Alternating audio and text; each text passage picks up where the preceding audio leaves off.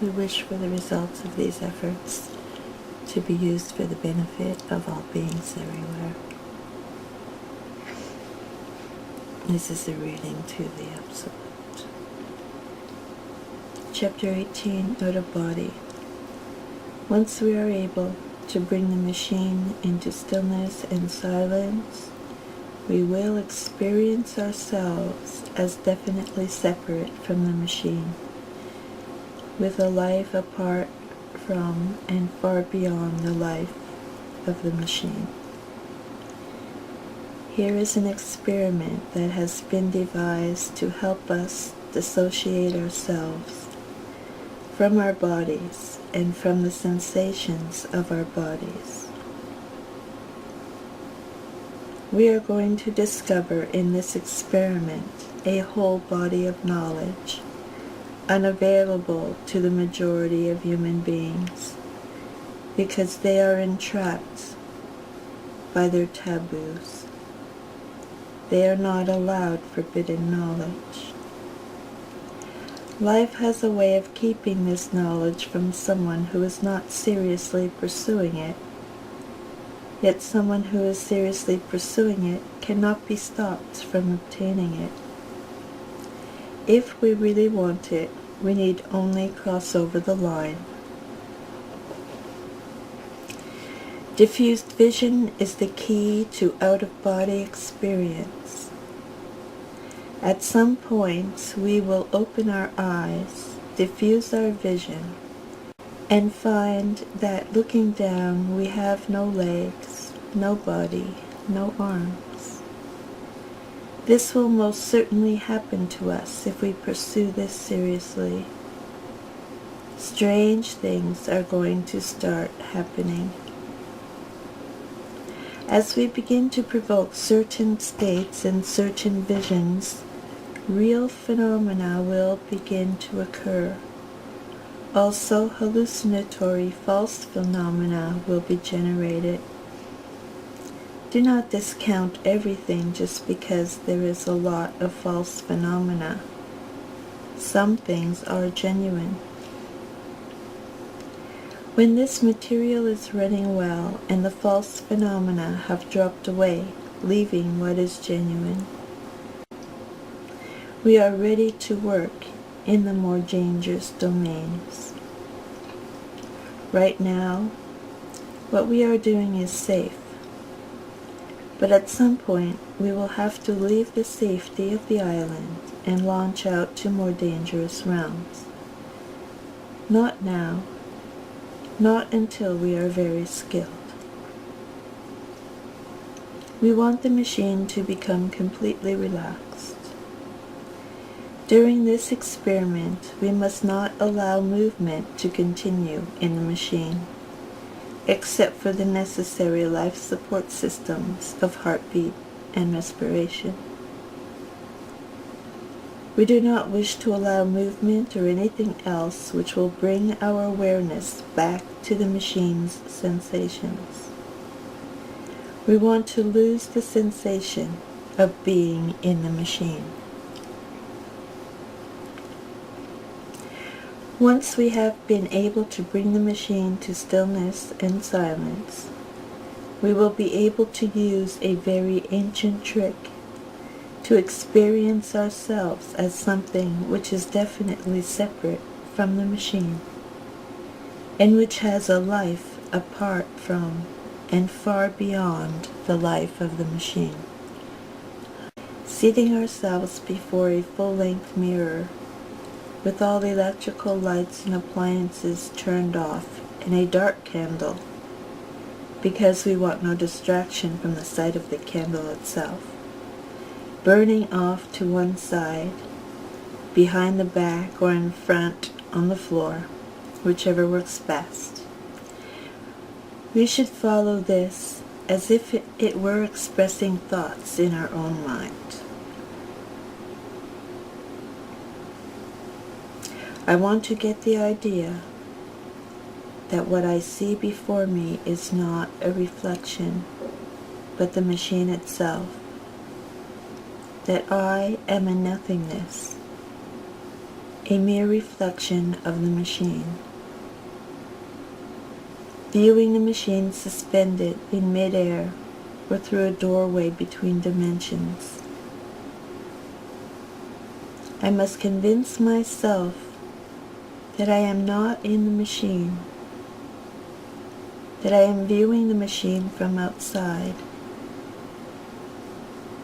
I remember having been in the machine, but now I am looking at it from outside, and it looks very strange to me, very peculiar. It is not at all what I thought it was when I was in it. I must not allow my penetrating gaze to wander from the sight of the machine for a single instant. I immerse myself in the feeling of mild surprise that I was able to leave the machine so easily, and that because I am finally free from the machine's own view of itself, I see my life in the machine very differently than I did when I was inside it. I very quickly realized that none of this is imagery, that I really am outside the machine, looking at what I always considered to be myself. Isn't it odd what a different view of myself I have now that I am outside the machine? When I was inside it, I thought of myself as looking quite different. But now that I am outside, I see the machine totally objectively, as others would see the machine. Isn't it strange to be looking into my own eyes, studying my own face? The brain is still in there working away, just thinking about its own thoughts and thinking about its own feelings. Isn't it refreshing to have left that behind? I have parked the body, gotten outside of it. This is a unique opportunity to study it objectively from the outside. What size does it seem to be? What is it feeling? I wonder what sensations are coursing through it right now. What feelings are reverberating through it? As I study the machine, I feel some compassion for it, because it is mortal and will someday die. I know that it has pain. It has its own thoughts. It has its own hopes and fears. It has sadness, happiness, and sickness. I know that it has these things because I have shared them with the machine for a very long time now. The machine has taught me all about these things. It has taught me pleasure and pain. From the machine I have learned to pursue the future, to hope for things to come, to long for the past, to put my faith in activities, ideas, and feelings. The machine looks rather strange and empty without me inside it. It seems to have a life of its own. Its breathing and heartbeat go on as usual. It could easily go about its business without me, and no one would ever be the wiser. No one would ever need to know that I was not inside the machine, if I decided not to return to it. What difference would it make if I did or didn't go back in there? Since I have nothing to do with the thoughts feelings, or sensations of the body anyway. And not only does the machine provide all its own thoughts, feelings, and sensations, it also makes its own decisions. How wonderful for me. A machine that just does everything itself. Really, I am very lucky, because I need not concern myself with the business of the machine. My indifference is unnecessary. It is an automatic machine. I wonder what it is thinking now. Let me take stock of what I see, starting with the apparent size of the object. What size is it actually? When viewed from outside, not in relation to any of its artifacts, it doesn't seem to have any particular size.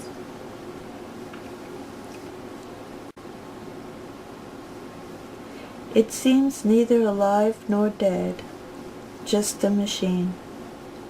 Something carved out of soft stone.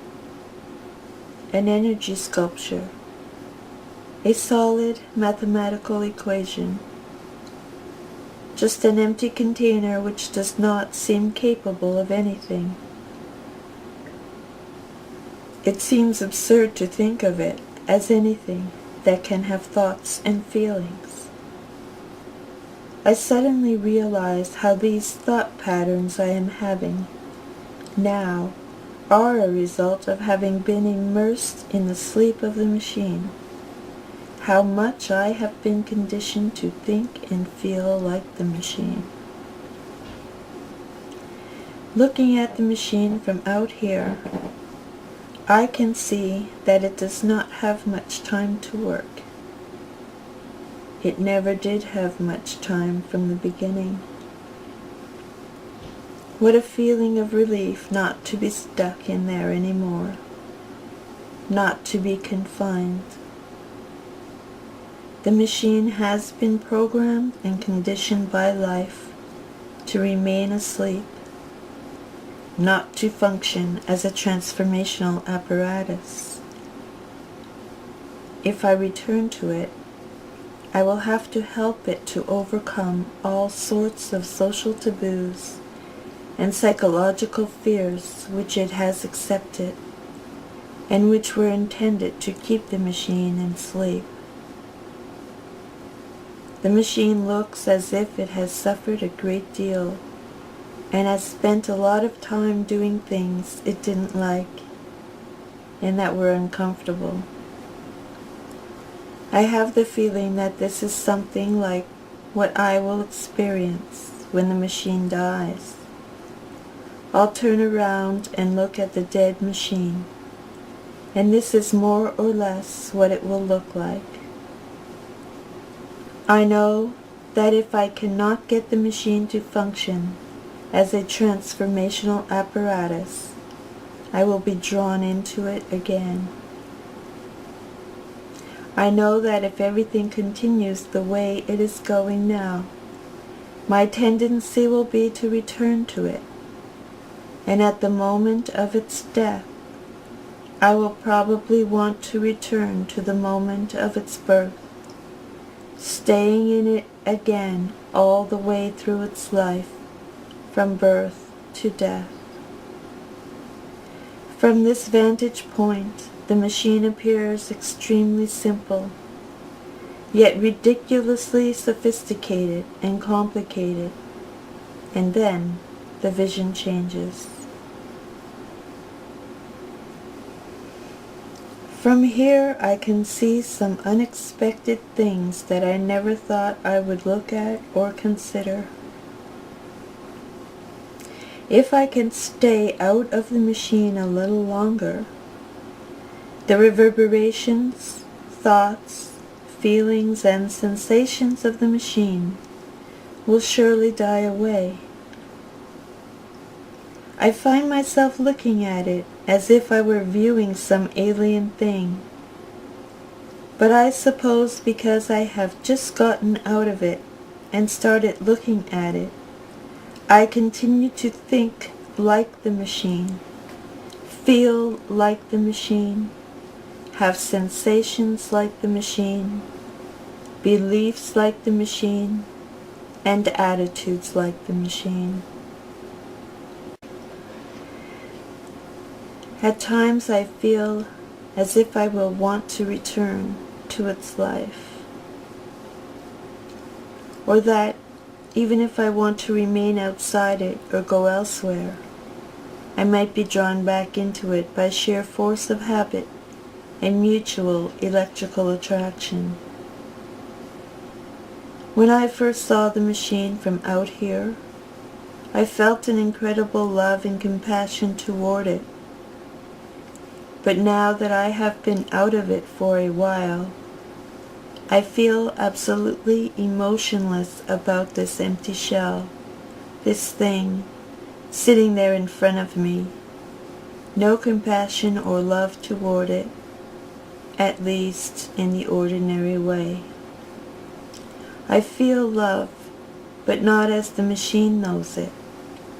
Impartial love. Love without sensation. Love without object. As I take stock of the situation, I notice that there is a subtle difference in my focus, my outlook, because I am temporarily free from the life of the machine. I am aware of a different dimension outside my usual perception, even though what I see is more or less the same. I must try to remember that the key to all this is in the diffusion of my vision, which gives me the means to achieve the annihilation of the illusion of perspective, which produces the hallucinatory vision of dimensionality, of volume, depth, and distance. I want to achieve the non-dimensional vision, which comes when I allow the vision to relax, not trying to look at anything specific. I want to open my vision as wide as possible, but not focus on anything particular. Now I am starting a phase in which I begin projecting an intense feeling of adoration for the machine, which I see before me as I float free in space. It is hard to remember that it is just a machine, that it is entirely mechanical, that it has no life of its own unless I give it life, bring it to life with waves of adoration. This is natural to me, to send waves of adoration toward the machine. And as the machine comes to life, it will return the adoration, which I will gratefully bring into myself, add to it, and send some more. Bring it back, add to it, and send it again. Wave after wave of adoration. I am both the giver and the receiver. The giving is the getting. What goes around comes around. The machine can only return adoration as it receives adoration, and as I receive it, I add to it. Adoration of the machine gives it life, like touching something electrical which flows into the heart. A low voltage shock. More attention is needed to give it more adoration. I pour adoration into the machine in ever increasing waves, building slowly to an almost unbearable crescendo.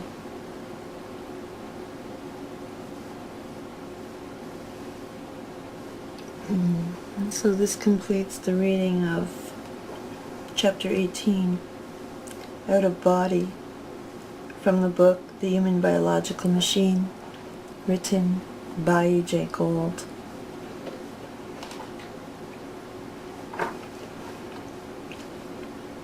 Begins on page 161.